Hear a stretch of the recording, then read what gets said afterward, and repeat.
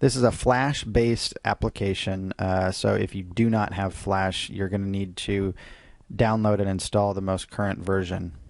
When you get to the first screen, you'll see 6 selections that allow you to choose which kind of container you would like to use, be it an ebook, box, credit card, DVD box, what have you, based on whatever it is you're trying to design. We're going to do an ebook for this tutorial, so go ahead and click ebook.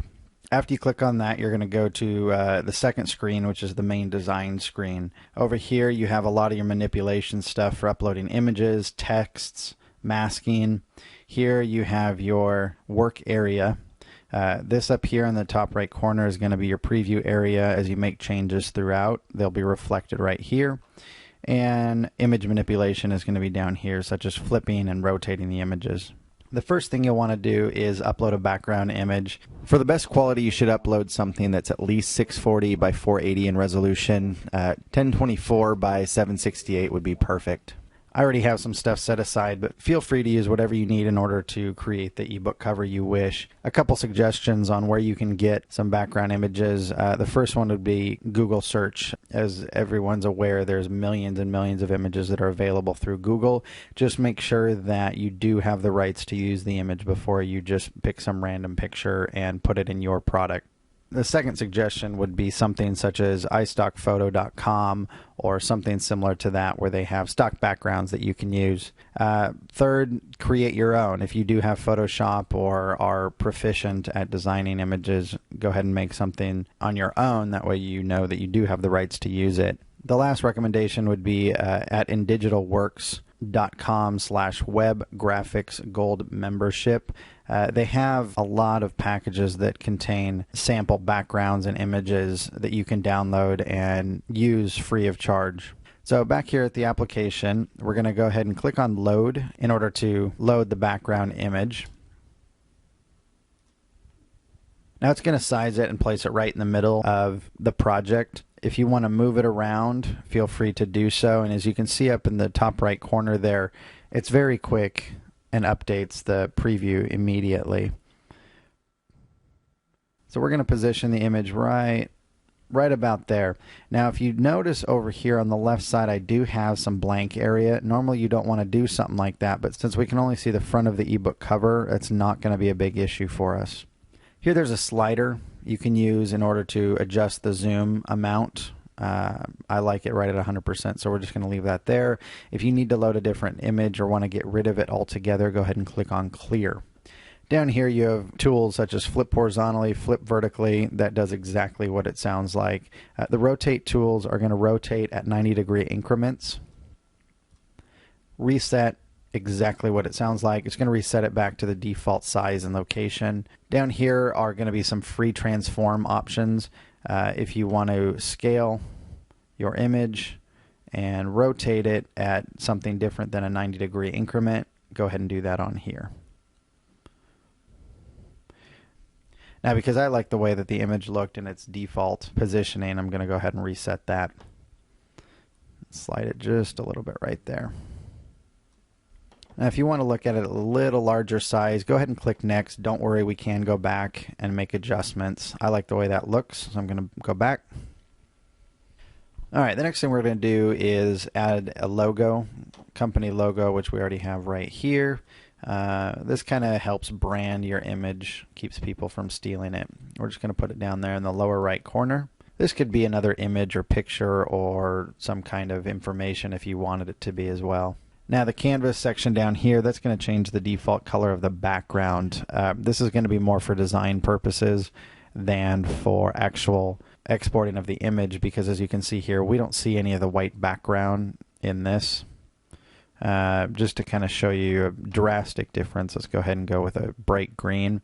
Now if we did slide the image down, as you can see there, the green does show up. So doing some drastic color like the green will help you see if you've misplaced the image. So we'll move it back up to where we want it. I'm going to change the color back to the white. Alright, there we go. The next thing we're going to do is add some text. Go over the text tool up here, click on text tool, and then add new text. When you do that, it's going to add a section of text to the work area.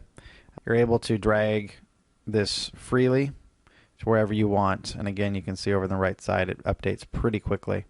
As with any text application, you have the ability to change fonts. It's really nice that they show you what your fonts look like. Whatever font you feel is appropriate. You can also change the size to whatever you want. Font color is going to be right here. Now, obviously, I'm not going to use any of this. This is just drastic examples so that you get the point of what you're able to do with the application. Underline, or outline, I'm sorry. You can bold, italic, and underline. So it pretty much has all the capabilities of any text application that you're used to working with. So I'm going to start over. I'm going to remove that. So again, click Add New Text. Text is going to show up here. I'm going to use the Adobe Garmin Pro, and we're going to set it at a size of 85. And we're going to move this right over here. I'm going to bold that text, and I'm also going to outline it. Right here, change the outline color to white. Go all the way to the top. And that looks good. Again, you're able to use the rotate functions over here if you like. I'm just going to reset to where it's at.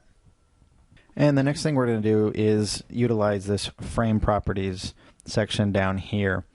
This allows you to put a background behind the text. So if you click on show background, it's going to show up. You can see a little white square right here. All right, we're going to set the frame color to white. We're going to set the background color to black. And then here, down here, you have frame width and frame height. That's where we're going to adjust the size.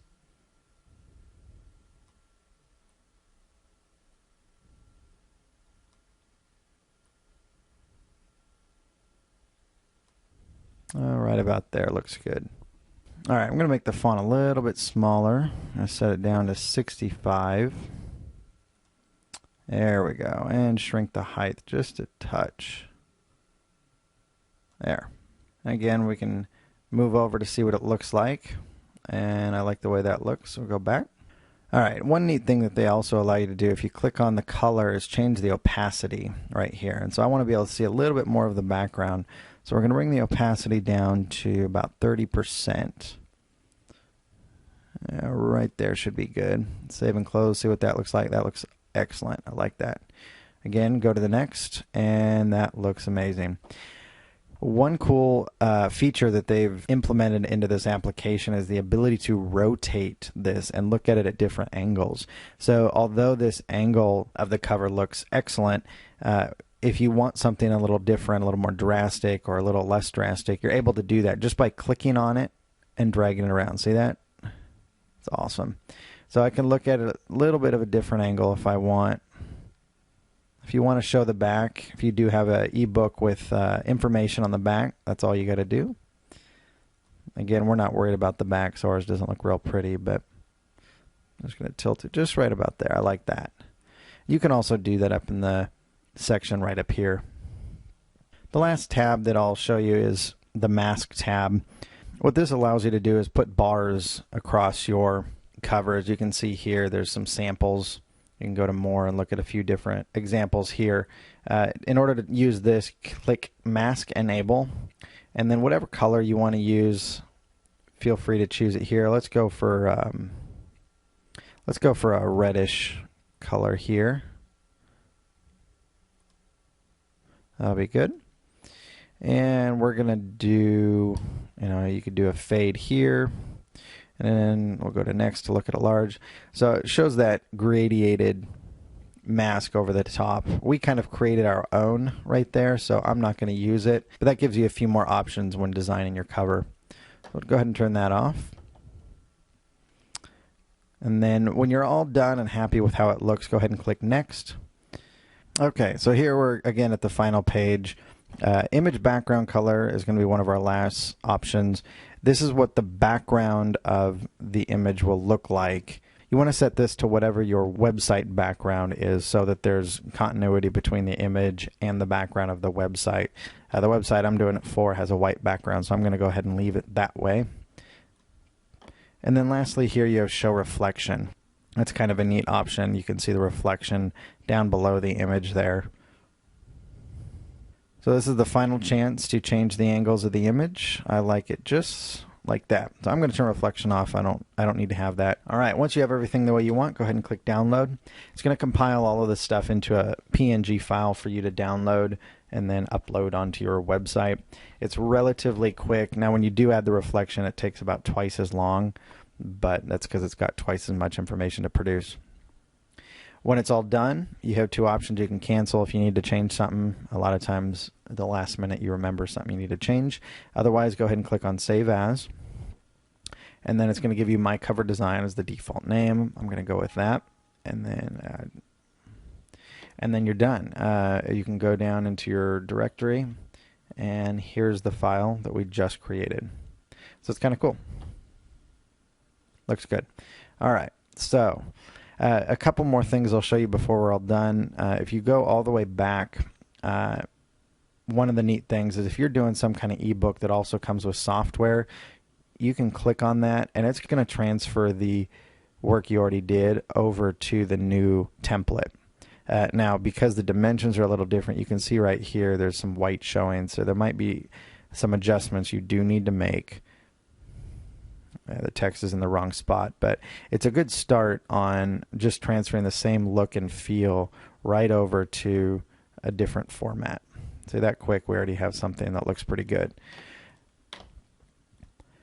The last thing I do want to show you, if you do use the DVD option, click on that, you're going to have an extra tab up here. As you can see over here, there's also a DVD disc. If you click on that, you're going to need to upload one more file. Go over to the Images tab, and down here you're going to have DVD disc image. Just to show you how it works, I'm just going to choose that same exact image. It's going to load, and it looks okay, nothing special. But that is one more image that you'll have to upload and manipulate in order to get your final thing looking nice. Let's put this back.